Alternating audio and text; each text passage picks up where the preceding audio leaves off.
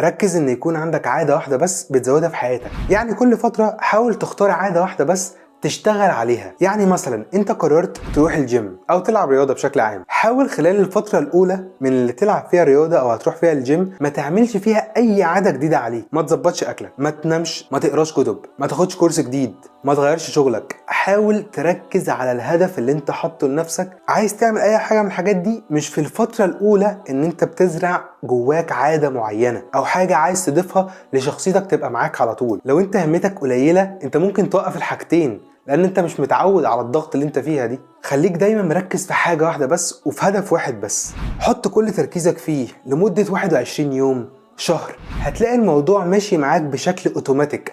وقتها ممكن تدخل عادة تانية وبعديها ممكن تدخل عادة تالتة وهكذا، لان العادات القديمة اللي انت اشتغلت عليها خلاص انت اتعودت عليها وعقلك بقى متبرمج عليها فبتعملها من غير ما تفكر. كم مرة حطيت خطة انا او انت حطينا خطة وفشلنا فيها؟ ليه؟ عشان احنا كنا مشتتين واحنا بنحط خطط احيانا بتكون حالمية شوية، مش بنركز فيها على هدف واحد بس عايزين نحققه ويكون ده هو ده التارجت بتاعنا. اكيد شفت في الشارع حصان او حتى في التلفزيون في السباقات الحصان على عينه حاجة اسمها غمامة زي اللي في الصورة دي. الغمامة دي ايه فايدتها؟ ان هو بيخليه يركز في طريقه بس، في الهدف اللي قدامه عشان يوصل له في اسرع ما يمكن. هي محطوطة للحصان في الشارع عشان ما يخافش من سرعة العربيات اللي جنبه، ومحطوطة ليه في السبق عشان يركز في نقطة النهاية وبس، في الهدف بتاعه. انت كمان محتاج يكون عندك غمامة محطوطة قدامك طول الوقت عشان توصل لهدفك. شكسبير قال خلي ايجاد هدف هو الهدف بتاعك. لو انت ما عندكش هدف خلي ده الهدف بتاعك واشتغل على النصيحة دي. خليك فاكر ان النجاح بيبدأ بفيديو يحفزك. سلام عليكم.